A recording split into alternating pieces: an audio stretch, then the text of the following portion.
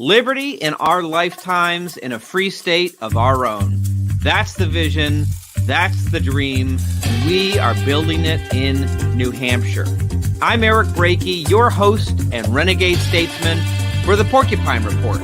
Welcome to your source for porcupine news and free-range conversation on matters of liberty. All right, let's hop into the show.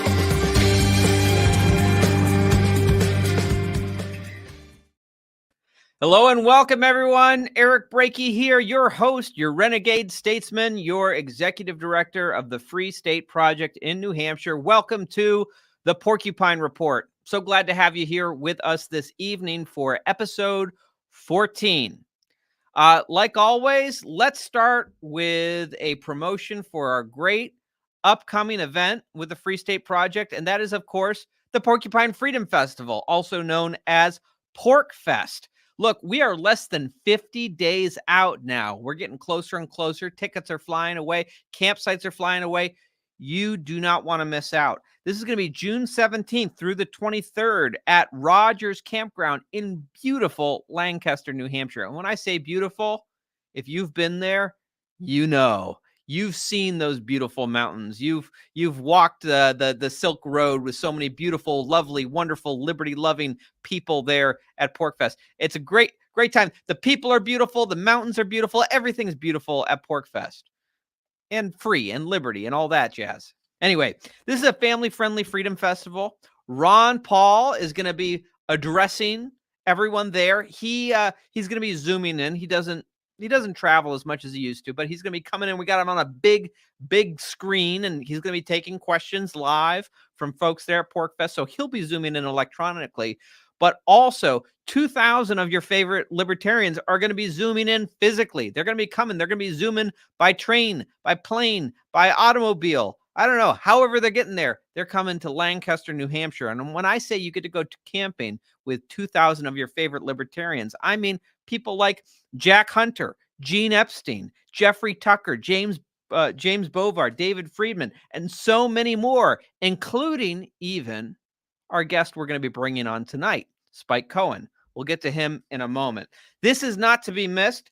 Bring your friends, bring your family, and reserve your campsite while supplies last.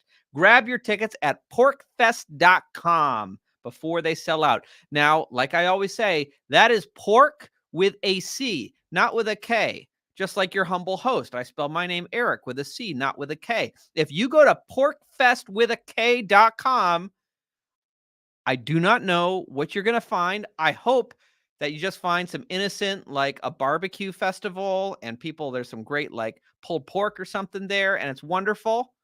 But I really don't know what you're going to find. So you want to make sure you go to the right porcfest.com, pork with a C, the Porcupine Freedom Festival. Grab your tickets, grab your campsite. Looking forward to seeing you there. All right, everyone. So we're going to have a great show for tonight. First, a little bit of news before we bring on our guest. This is, as we're recording this, it is the tail end of April. As I came to you last week to let you know, I have finished for the most part my service, my active service in the Maine State Senate. The legislative session is done, and I am moving over and going to be more full-time with the Free State Project. I'm looking forward so much to being able to jump in with both feet and work on the ground with so many great freedom-loving people in the state of New Hampshire. There's still a few minor responsibilities I have, some committees I'm on. I'm not moving officially to New Hampshire until closer to the end of the year, but you will see me on the ground in New Hampshire, and I'm preparing to make the move. And I do want to say, I think I mentioned this in last week's episode, a congratulations to those who worked to advance Defend the Guard, both in the New Hampshire legislature and also in the platform of the New Hampshire Republican Party. It was adopted as a plank in the New Hampshire Republican Party. That's awesome. Of course, Defend the Guard, telling the federal government that they cannot have our soldiers and our young men and women in uniform and the state National Guards to send off to fight and die in overseas wars unless Congress first declares war. It's a pretty basic thing, pretty simple, right? So it's in the New Hampshire Republican platform. It passed the New Hampshire House of Representatives. Sadly, the New Hampshire Senate, boy, they got cowardly or something happened. Anyway, it's they killed it in the Senate. But you know what? We probably expected as much. This is we've got a great, strong Liberty presence in the House in New Hampshire. There's more work to be done in the Senate, but that's why this is a project. It's a project, right? It's not done. There's always more work to do. And that's why if you're living outside New Hampshire, we need you to come and visit New Hampshire, come to PorcFest, come to our events, come check it out, and maybe make your home here in the homeland for liberty, beautiful New Hampshire. I will say one thing. This past weekend, I just attended my very last Maine Republican Party convention. It's going to be my last because I'm not going to be a voter in the state of Maine going forward. I'm moving to New Hampshire, but it was my 7th and last state convention. One thing I am very proud of is I sponsored and we got into the Maine Republican Party platform, Defend the Guard. So Maine has become the 4th state, joining New Hampshire and Texas and Georgia to have Defend the Guard in the platform. Momentum is building for this very basic, fundamental constitutional idea. So I'm happy for that. And also, I was elected as a national delegate. I'm going to be going to the Republican National Convention. We'll see what liberty advocacy I can do there. This time, this will be my 3rd national convention, the first time they kicked me out. Hopefully, they don't kick me out this time and give my delegate badge to someone else. But anyway, that's a whole other story. All right. That's my news. Looking forward to being full-time with the Free State Project. Okay. Now, let's get to the real reason you're listening to tonight's episode, which is our wonderful guest. So our guest tonight is someone who I've had conversations with in the past on my previous podcast that I did with Young Americans for Liberty. He was a guest. We had a great conversation years back. I haven't really spoken with him since, so I'm looking forward to what we're going to talk about. But this gentleman, Spike Cohen, he really burst onto the scene when he was running for the Libertarian Party vice presidential, as a vice presidential candidate. Now, he actually was originally on the ticket with Vermin Supreme when Vermin Supreme was running, and I think Vermin Supreme's an interesting character. I appreciate the sense of humor and the political theater he brings to things. Anyway, but Spike was probably on there to be kind of more kind of serious, kind of balance things out a little bit. And he ended up being, while Vermin Supreme didn't get the nomination for president, Spike ended up being the vice presidential nominee all the same under the candidate Joe Jorgensen that year. Anyway, in the years since, he continues to kind of be a very, very vocal advocate for liberty. If you're on any social media platform and you follow kind of the liberty things, you're always seeing him come in with great commentary and also working with people around the country who are trying to fight for liberty on the local level in their own kind of local their local municipalities. He believes that you are the power, and we're going to talk about that. So, Spike, welcome to the show. I'm happy to be back, and I have a little bit of a story. After I was on your show, you sent me this incredible thank you card, and I thought, because at that point I had a podcast, and I thought, I have to end my podcast if I'm not going to have the kind of follow through to send really nice handwritten letters and thank you cards to every single one of my guests. What am I even doing? And so I closed up shop. You outclassed me so much that I said, I can't even do this anymore. I'm going to leave this to the Eric Brakeys of the world to do a far better job than I. I'm so happy to be back on, man. I didn't realize I destroyed your podcast. You destroyed my show. Career. Yeah, no, you did. But you didn't destroy my show. You destroyed my confidence that I could continue doing it when I clearly wasn't doing as good of a job as you are. So well, you give me an hour back of my life every week. So thank you. You got to be a better politician, man. Politicians always send a note. It had to be. Yeah, it's one of the tricks of the trade. Though to be honest, I haven't sent any notes so far on this show. I got to get back into that habit. Okay. I got these beautiful I got these beautiful cards printed, like, right. So people can see it. Free State Project, cards. So I can send. I'll make sure, Spike, you're the first person to get one of these handwritten thank you cards from me for being a guest on the show. I'll put it right next to the other one. So that anytime I start to think, man, I'm a libertarian, I'm supposed to have a podcast, I can look at that and go, nope, I'm not going to be as good as Eric. I need to just stay in my lane. All right. Well, hey, you do you, man. You're doing so many other great things. So if True, not yeah. podcasting has freed you up to make appearances in New Hampshire and debate Yes. David Hogg on gun control, Yes. I suppose I'm going to take credit for that indirectly then. So yes, in a roundabout way, if you like that meme where the guy's got the little tiny domino when it goes up to the much bigger domino, right? Just a few shots up. You sending me that card humbled me so much that it freed up my time to be able to debate David Hogg in Dartmouth on gun control. So it's you really were the catalyst for all of that. Wow, it's a butterfly effect. Who knew? Sending one thank you card changed all of history. Maybe we averted the apocalypse for all I know. You might have gotten Lily Tong Williams elected to Congress. So that's well a big deal. All right. So now I think we're operating a little. I imagine many listeners know kind of the things that we're talking about, but we are operating a little bit of a kind of inside baseball, inside jokes. So we'll get people the context. So you were just in New Hampshire and you had a debate with David Hogg, who is a very well-known anti-gun activist, and of course he was a survivor of one of the school shootings that happened in this country. Yep.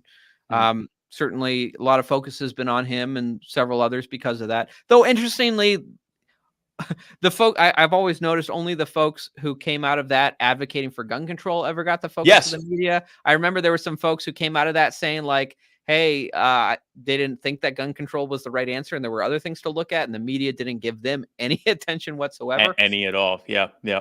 Anyway, I will say I did appreciate watching the debate that David was very civil from what I saw, and I thought that you guys had as much of a productive debate on and good faith debate on firearm rights as I've seen, and I've done a lot of debating on these issues recently in the Maine Senate. So I'm no stranger to that. So what was your experience? Obviously, I was impressed. You came with a lot of data, a lot of, I thought, very kind of rational, fact-based arguments.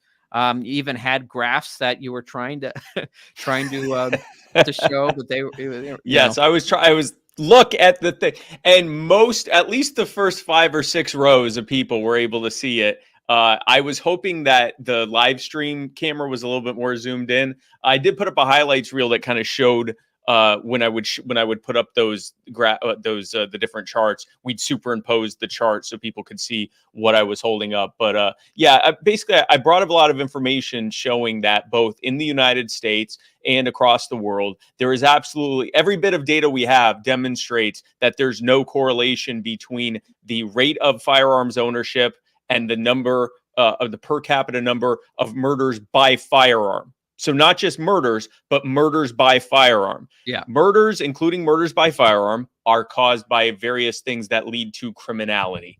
It has nothing to do with how many guns there are or are not. It has nothing to do with that. And in fact, and we were able to show this with the data as well, when you try to add simply owning firearms to that criminality, like making that a crime for no reason, you end up contributing to more criminality, which leads to more crime, including crime with guns. So it's a self-defeating thing. It doesn't work. My overriding argument was that none of this really matters anyway, because you have a natural right to keep and bear arms. And that's what the foundation of our government is supposed to be anyway, to affirm and defend and not infringe upon our pre-existing natural rights.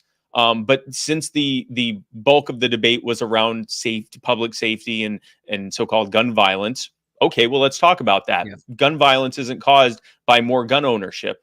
And so I detailed all of that. It was a civil debate. I was surprised. I was honestly somewhat shocked.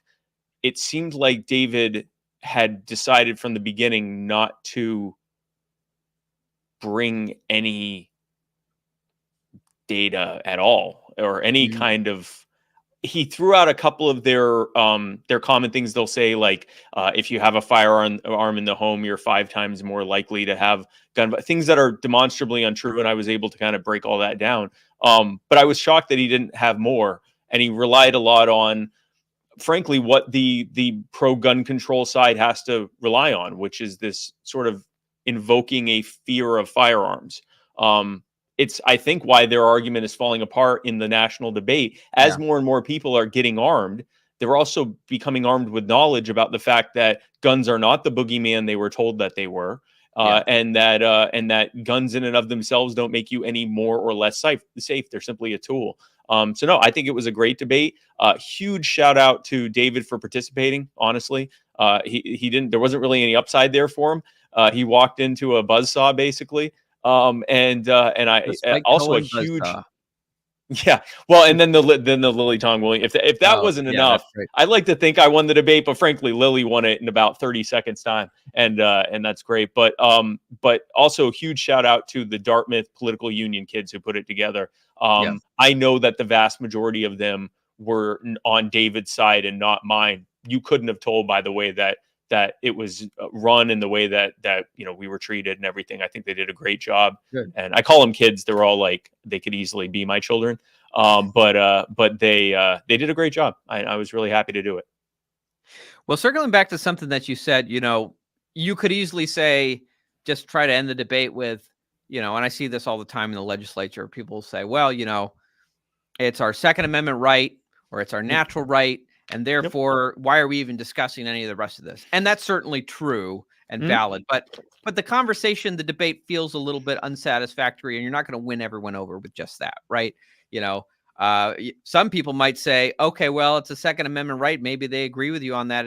Maybe they agree with your interpretation of the Second Amendment. But if they still believe that fundamentally the pervasiveness of firearms in society is making everything more dangerous, maybe they just think that you need to change the Second Amendment and throw it out. And we need to change the Constitution, right? So we have to address the underlying arguments, right, around public safety. And I thought you did that very well. I will say, something I observed, both from David Hogg, and I thought you combated this well, and I observed this in my own arguments with those advocating for gun control, is they always seem to fixate so much on firearm deaths. And first of all, I think, as you noted well, they lump everything together, right? They don't distinguish between suicides versus actual like homicides versus all these other things. But then also there's they want to separate, violence with a firearm from all other kinds of violence. And so they might have a policy that says, oh, we reduced firearm violence, but if it didn't actually result in an overall reduction in overall violence, then I guess I don't care. What was the point? The day, right. I don't care if I'm getting killed by a firearm or if I'm getting struck by a car. If I'm dead either way, it's like, and in suicide, in regards to suicides, I thought you kind of, I remember there being arguments around this. So the waiting periods came up, right, in the debate, as I recall. And we just dealt with this in the Maine Senate. They pushing 72-hour waiting periods in Maine, which frankly, I'm really sad to say, I think it's going into law in the state of Maine. But the argument is always, well, this will reduce suicides by firearm. But you look at other ways that people commit suicide around the world. You look at death by hanging, for example, and it's just as lethal. And in areas in the world where people don't have access to firearms to the same degree as they do in America, it is the number one kind of cause of suicide. Could you break down for the audience, I guess, some of the arguments that you brought to bear in the debate on how you kind of disaggregate some of these figures? Yeah, so the first thing I did was, and I did this, I believe, in my opening statement, I made it clear that I wasn't going to let the pro-gun control side get away with just lumping everything in as gun violence. And I was going to call out why they do that. The reason that they call it gun violence and don't focus on homicides versus accidents versus justified shootings versus suicides is that every single form of gun violence is going down except for suicides. Murders have been on a long, murders, including murders by gun, have been on a long-term, decades-long trend of going down. Justified homicides and police shootings have also been going down relative to the lowering of the crime rate. The less crime there is, the less people are having to defend themselves against crime and the less time that the police are being called out and having and shooting people. There's also been more police accountability and things like that have also reduced police shootings. Accidents have plummeted. Accidents are down something like 90% from 40 years ago, which is incredible. It also shows that the argument that we needed licensing to stop accidents is complete nonsense, because there are fewer states now than in the past, I think 50 or 60 years, that are requiring licensing, and accidents are absolutely plummeting. Even as gun ownership rates are going up, per capita accidents are plummeting. The one form of so-called gun violence that's going up is suicide. And that was actually going down for quite some time. And in the last 5 or 6 years has started going back up. And it's like something happened in recent years. Maybe like all of society was locked down and people were kicked out of their jobs and their livelihoods. Huge I, uptick after that. I wonder sometimes if we're talking about 72-hour waiting periods on things that cause suicides rather than focusing on firearms. Maybe there should be a 72-hour waiting period on executive orders. Yeah, a 72-hour period on voting on anything, and on introducing anything or ordering anything. When you look at it, I was not an expert on mental health and suicide before this, but I delved in enough to see, like, is there anything here that shows that, that lists having a gun as a reason that people have higher rates of mental illness or end up harming themselves? No. That the reasons given were depression, hopelessness, psychosis, chronic pain. That was a big one. Physical and psychological trauma. These were the reasons that people did this. None of them were, I have a gun, I should go kill myself now. And so that completely derails that argument. And so I made it clear from the beginning that if he was going, I said, I hope that we don't do that, because in doing that, in order to try to get a stat that makes this look like something dangerous when it isn't, in order to try to get that stat, we have to lump in people who were in the most vulnerable mindset possible, and who felt like they just couldn't take it anymore. And they're not here anymore. And they're not able to defend themselves against getting lumped in with murderers. And when the gun control side or lobby, when they will show these very rare mass shootings and serial killers and school shootings and things like that, they'll show you that, which, even as David acknowledges, a tiny sliver of even the homicide rate, much less the gun violence rate. And then they'll show this and they'll go, gun violence is on the rise. And what they're not telling you is every other form of gun violence is going down. We have to lump in suicides, or else our argument is stupid and self-defeating. And so right from the beginning, I said, let's not do that. And if that is being done, it's a very callous and pretty disgusting way to treat people who, were in a really bad place. And that's not the right way to treat them. We should be honoring them by trying to find out and prevent that from happening, not by lumping them in with murderers. And I think that kind of disarmed that whole, what David and other people in the gun control side typically try to do, which is to just keep saying gun violence is on the rise, gun violence is on the rise. And from the beginning, I said the forms of gun violence that people think of, like homicides and accidents, are dropping. As the number of guns per people continues to rise, as the restrictions on gun ownership continues to slowly wither away across the country, state by state. In my state, South Carolina, we just passed permitless carry, open or concealed carry. Yeah, it took you guys long enough. You're damn right it did. We had the worst gun control laws in the South, and it wasn't even close. Now we have the best ones, or among the best ones. But I was able to, from the beginning, say, we're going to have a real conversation here. And it's not going to be just saying, oh, gun violence is on the rise, because the only way you can do that is by lumping in people that they were not violent people. They were people who were very desperate. And if we want to have a suicide conversation about how we can reduce that, let's do that. It has nothing to do with guns. Yeah. You brought up a lot, I think, in the debate, permitless carry, constitutional carry, and the fact that many of the safest states in America are states that have constitutional carry laws. Now, of course, correlation does not equal causation, but I remember when I was advocating and we passed constitutional carry in the state of Maine in 2015, the predictions were that there would be shootouts on every corner, blood would run through the streets, we'd become the wild, wild west. And not only did that not happen, Maine for many years leapfrogged Vermont to go from being the second safest state in America to the number one safest state in America. New Hampshire is consistently up there now too. They passed it. They passed a cleaner version. I will say I do like to brag a little bit. I've got one of my favorite artifacts in my hand right here. Can't see it. This is the pen that signed constitutional carry into law in the state of Maine. So nice. I got it after. Anyway, fantastic. Maine helped kick it off. But New England really has been, I mean, upper New England, not real New England. Yeah. Let's be serious. Real New England north who have to deal with bears. We've been dealing with, we've been really advancing Second Amendment rights. But anyway, I thought it was a great debate. And you did mention our good friend, Lily Tang Williams, who stole the show. I mean, you've been doing a great job arguing for debating for a good hour. Then Lily came up, and what happened? Wrecked it. Just wrecked shop. So a little bit of background there, and Lily will tell you this too.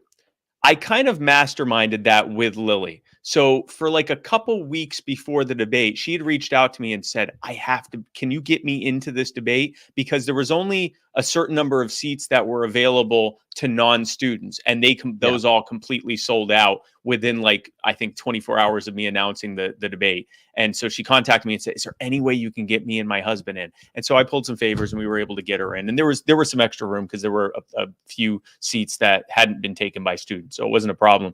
But then when she got there, she said, I want to go up to David, either before the debate or after the debate and tell him what it was like in China. And I have a question about him, a question with him about gun control and about tyranny. And I said, okay, we have a Q&A session, right? And she went, no, there's Q&A. I said, yes, but it's only for a half hour.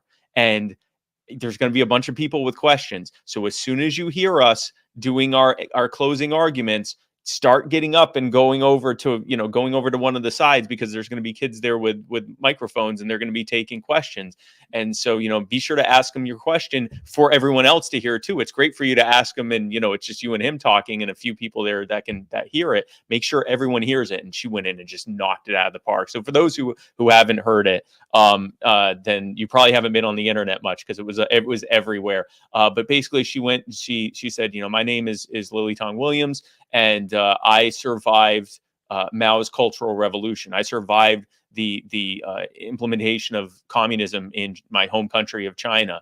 And David, my question is for you. Can you guarantee that our government will never become tyrannical? Can you guarantee that to me? And David said, no, I can't. I could never, no one can guarantee that will happen. And she said, well, then the debate on gun control is over. I'm keeping my guns and you'll never take them from me. And you should go to China and see what happens when tyrants are able to disarm everyone, how gun control works for dictatorships. And it completely derailed the entire, as she said, the debate on gun control is over. And if you listen to the clip, you can hear me laughing when she says that, because we've just been debating for an hour. And I felt like I had gotten on top of that and had made the best points and so forth. But I realized, I gave the best debate performance, just personally, I think I did. She then came in and literally ended it. It is now literally and figuratively over, because I think she was the last question too. So that was the gun control debate was officially over. And I had a feeling that was going to go viral, that a clip of that was going to get out there because it was being live streamed, and that would make probably more waves than the debate itself. I didn't realize it would turn into its own, news cycle thing. And I love it because, as Lily is running for Congress, and she's in a relatively crowded Republican primary. There is no Democrat running. The incumbent has dropped out. And so if she wins the primary, she's probably going to be running unopposed. And we will have a hardcore pro-natural rights libertarian libertarian Republican, but small L libertarians. We love them, Eric. We'll have we'll have another one in Congress. And that victory is far bigger than anything I could have done in the debate. Beating David Hogg in a debate is great, but getting a libertarian in Congress is, exponentially more important. She's awesome. I know I've had a few great conversations with her since I've began the process of making the move over to New Hampshire. And of course, I do need to say, for legal reasons, that Free State Project as a 501c3 organization, like we don't endorse anyone. We don't tell people how they should vote on anything. I mean, you can say what you want, Spike. But And You Are the Power is a nonpartisan nonprofit. We don't get involved in elections. I'm speaking personally as Spike Cohen, the individual, not anything having to do with You Are the Power. We both are not speaking on behalf of or endorsing any candidates. Yes. But I am saying, if people are voting in a certain primary, there's a particular candidate who's on the ballot who is a free stater, and you can do with that information what you want. And we're just saying, we're not telling you what to do. We're just saying, if you live in New Hampshire's, I think, 2nd district, I believe. I think that's right. I'm still getting to know the political lay of the land, which district. That's all we're saying. We're not saying that you should or shouldn't vote for. We're just saying that she's a libertarian. She's a hardcore one. You should look at all the options. She's a free state. You should have info or not. You don't even have, you don't even have to know that, but you can know that. That's a choice you can make if you want to or not. It's not my business. Right. As a 501c3 organization, we're delivering information that people can do with it what they want.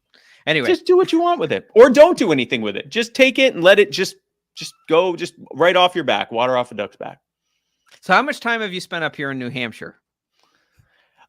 Recently, not as much as I would like, but I actually have family in Vermont and New Hampshire. So growing up, I spent a lot of time there. Oh, okay. I spent a lot more time, but in recent years, not as much as I would like to. I went there one time during the campaign. I had a couple of stops in New Hampshire, and I got to see a couple of family members while I was up there as well. And then I was up there for Dartmouth, and those in the last 5 years, that's the 2 times I've been there. So I want to go up there more. And I will say I love going there. I'm a South Carolina guy. And it gets too cold for me here in South Carolina. So I definitely prefer going up there during the summer and early fall months, especially early fall when the foliage is coming in. It's just, it is one of the most beautiful places on earth, especially during that time. Yeah. I couldn't trade having 4 seasons, though. I know people get antsy about the snow, though.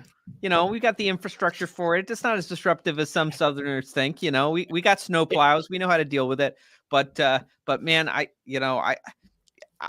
was down in Austin, Texas for a while when I was at Young Americans for Liberty, and it's just like, hey, it's nice. It's like you've got like summer and then extreme summer. Right? More summer. It's just like summer all year round, and but there's something magic, I think, about having all 4 seasons. Like I don't know. Anyway, so South Carolina has the 4 seasons. They're all just warmer. So we rarely get snow. We also, you mentioned infrastructure. We do not have the infrastructure. If we get even a dusting of snow, they literally call a state of emergency. It's hilarious. Everything shuts down. It's the funniest thing. If like anywhere in the state gets any kind of snow at all, the whole state shuts down. But that's too cold for me. There are, Barrick, you and as a 501c3, you may not also want to endorse this, but this is an actual scientific fact. So I'm speaking on my behalf when I say this. There are 2 types of Jews. You have snow Jews and you have sun Jews. And people get caught up in all this other stuff, Ashkenazi and Sephardic and Mizrahi. No. It's sun Jews and snow Jews. That's the thing. I'm a sun Jew.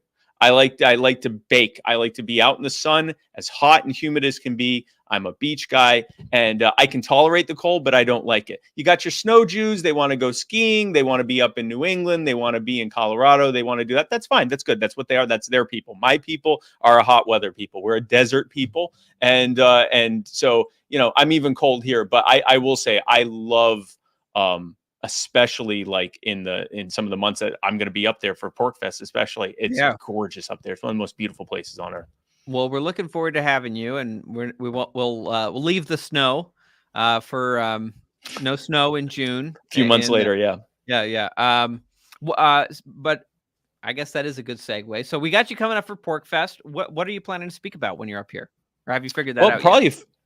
Probably a few things. I know we're still working out some of the details and all of that. But one thing that I want to make sure to talk about is the work that we're doing with You Are the Power and a really effective the way that we are spreading the message of You Are the Power, which is really just the message of liberty and libertarianism. And what we're doing is we have found a way to distill our message down into a very simple concept that just sort of intuitively makes sense for the vast majority of people. And that is respect. Not respect as in, hey, Eric, I respect you as a person, or I respect your opinion, but I respect that you, Eric, and every other person is an individual human being. It is something intrinsic that we often don't even really think about. It's the fact that, for example, when Tasha and I went up to New England to do the Dartmouth debate, we had to go to multiple airports. We had to go and get a car and drive up and down the highway to get there and back. In the time that it took us to go from here in Myrtle Beach up there and back, we had to come into really close proximity with tens of thousands, maybe even 100,000 or more people, especially in the airports. And the vast majority of those people are total strangers. We may or may not ever see them again. But we had a relative expectation that we would be able to make it there and back, not just safely, but we'd be able to thrive in doing so. If we needed to get something that we needed, we'd be able to do it. We had full confidence that we would be able to do this thing completely successfully. And the reason we had that, and the reason that everyone else there that was interacting with one another in that way felt that, is because deep down we all realize that each one of us is an individual human being. And so there is very little risk at all that someone is going to try to violate that individual self-ownership and autonomy that comes with being an individual human being. That respect for each other as an individual human being is why we don't stomp on each other the way that we'd stomp on a bug that was in our way if we were walking down the road.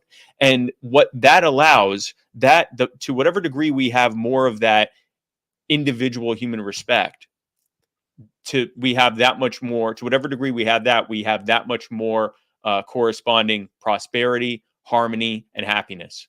And to whatever degree we expect that it isn't being respected, or that it's not going to be respected, we have that much less prosperity and harmony and happiness. And we see that in the areas that are low trust societies, in the areas that have more crime, in areas that are torn apart by war and genocide and all sorts of things. It really boils down to people are dehumanizing one another and then inflicting horrific harms on them because they're not seeing them as individual human beings.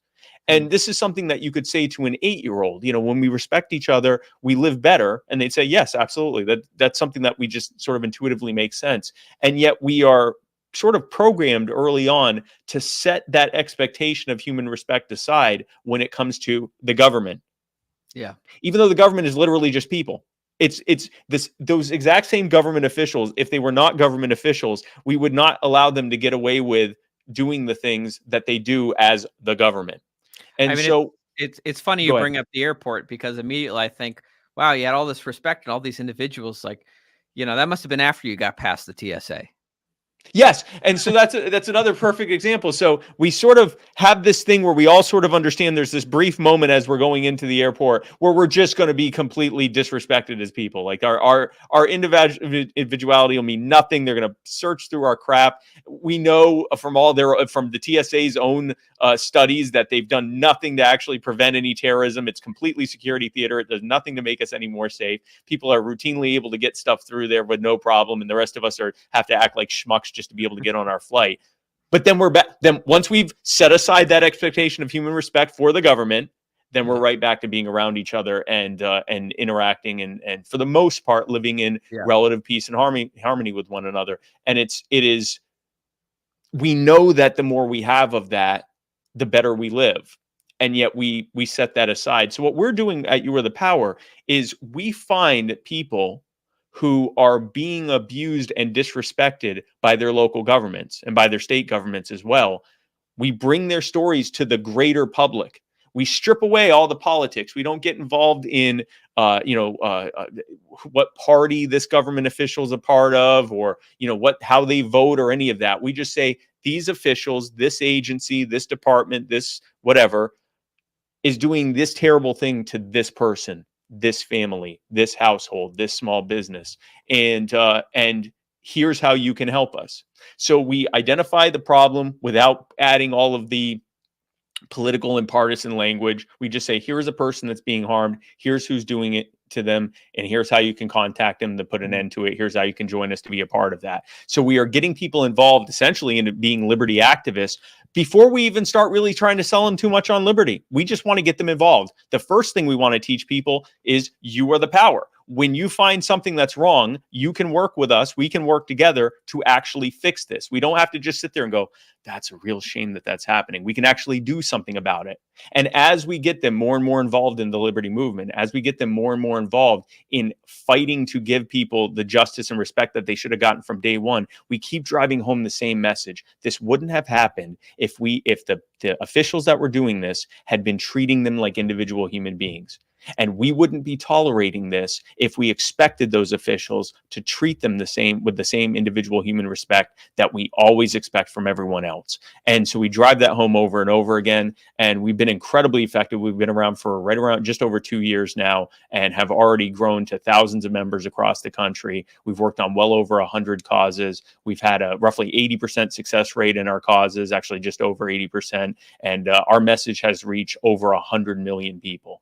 It's really an incredible thing. And so I'll be talking about that at PorcFest, and I'm sure I'll be added to some other panels and stuff there while I'm there, and all sorts of fun stuff. But I'm really looking forward to it. This is my first time to PorcFest, so I'm really excited. All right. Well, we're looking forward to having you. Well, and I want to ask you, so you say there's a lot of individual cases that you've worked on, and I know I see these stories all the time from you on social media.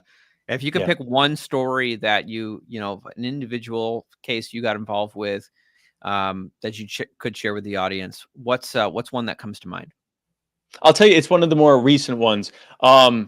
It's hard to pick one because just about every one of them just completely tugs at your heartstrings and makes you want to get involved, even if you're not politically active. It's incredible to watch people who are not into doing political advocacy become some of our biggest warriors for cyberbullying government officials across the country, because it just lights a fire in them. But I will tell you, this one lit a fire under me in a way I didn't expect.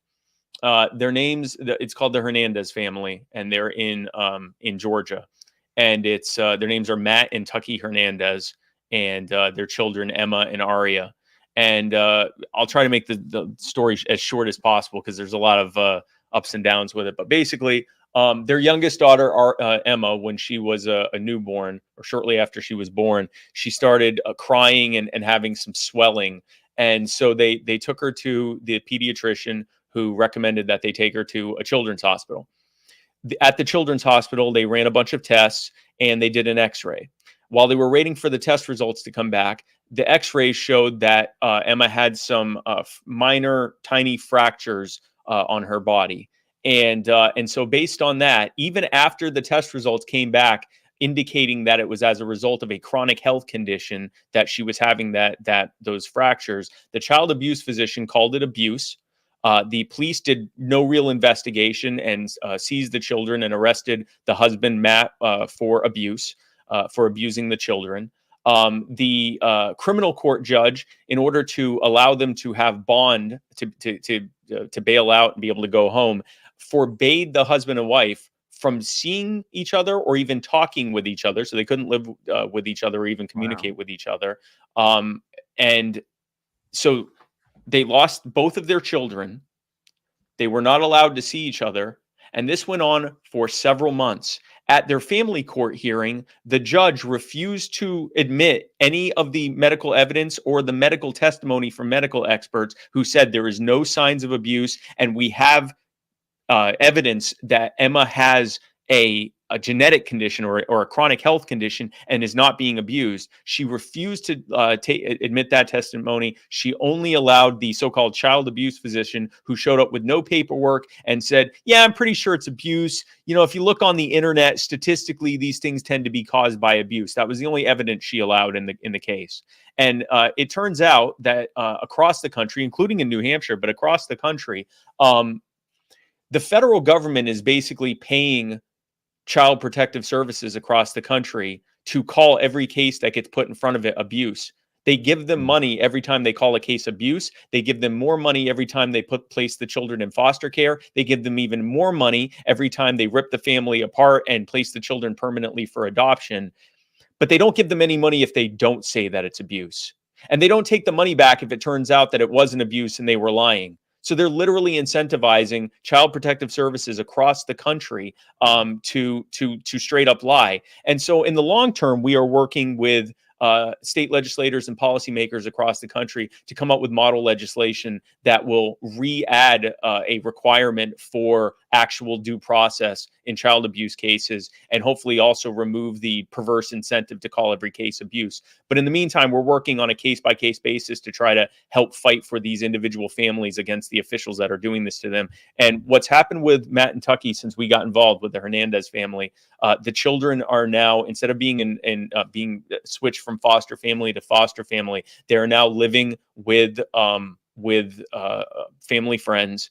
And Matt and Tucky are able to see them whenever they want to. And they're now able to see them together because we also got the judge to back off and allow them to modify the bond conditions so that they could live together. So after nearly a year of no communication, Matt and Tucky Hernandez are living together as husband and wife again, and they're able to see their children basically whenever they want to. We're still working to get all the charges dropped and to get the family court case removed. But this was a complete 180 change.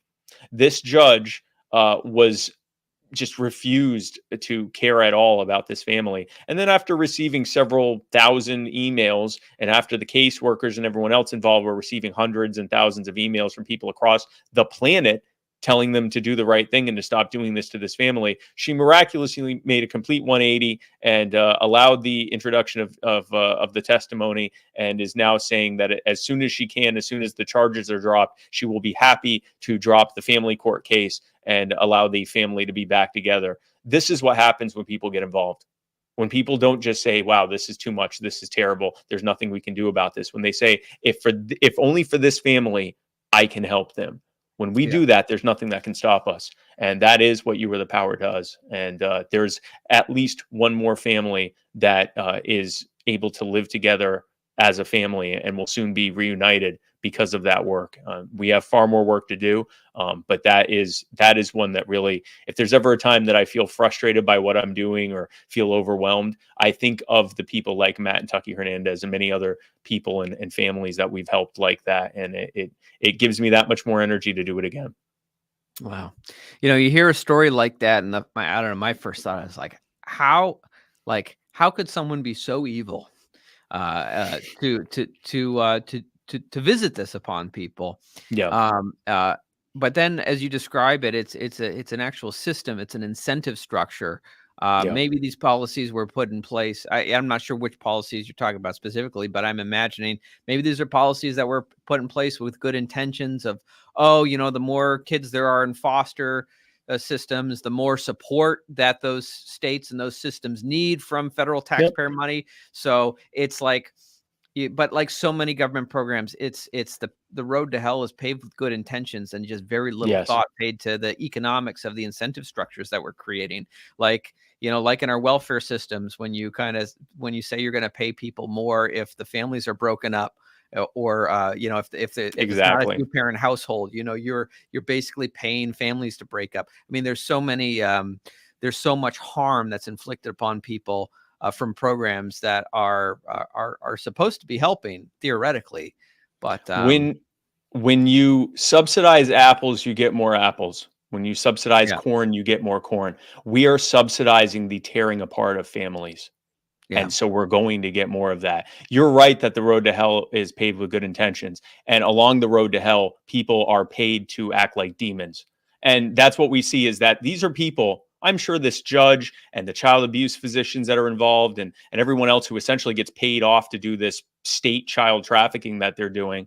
I'm sure that many of them go to church. Many of them are active in community kitchens and they go to their PTA meetings and they're active in their children's lives. And they would be horrified to think of something like this happening to their own families. And yet they go to work and probably have to drink coffee to stay awake throughout the day. And in this almost, we talk about the banality of evil, and in this almost humdrum way, they just destroy people's lives. And what they've told themselves is, I'm just doing my job. How often have we heard that? I'm just doing my job. If I wasn't doing it, someone else would have to do it. Maybe I can do it better than them. And what our message to the public is, we don't have to tolerate this. What our message to those officials those people, those human beings, is if this is your job, you should stop doing it because it's evil. I don't think that's what your job is. I think you can treat your job differently. You can look at the people in front of you as individual human beings. And if the people above you say, no, that's not what you're supposed to do, well, then they can fire you. Because if you want to do this job and you are convincing yourself that you're helping people, then do it in a way that respects them as individual human beings. Don't funnel them through for extra money because that's what your boss is telling you to do. And so, our message is to everyone here. It's not just about us tolerating it. It's about the people who do it, who consider themselves good actors, good people. You also have to tolerate not doing this. You also have to not be tolerant of doing this to people. So it's a message we're kind of sending across the board.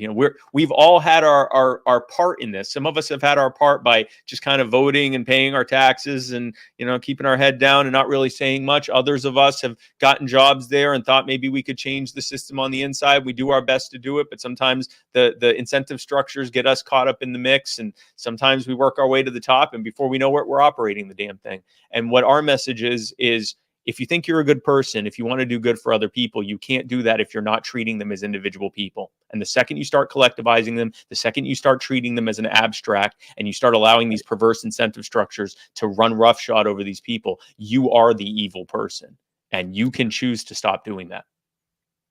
It's hard to believe we're running out of time. I feel like this conversation has just flown by, but we are running out of time.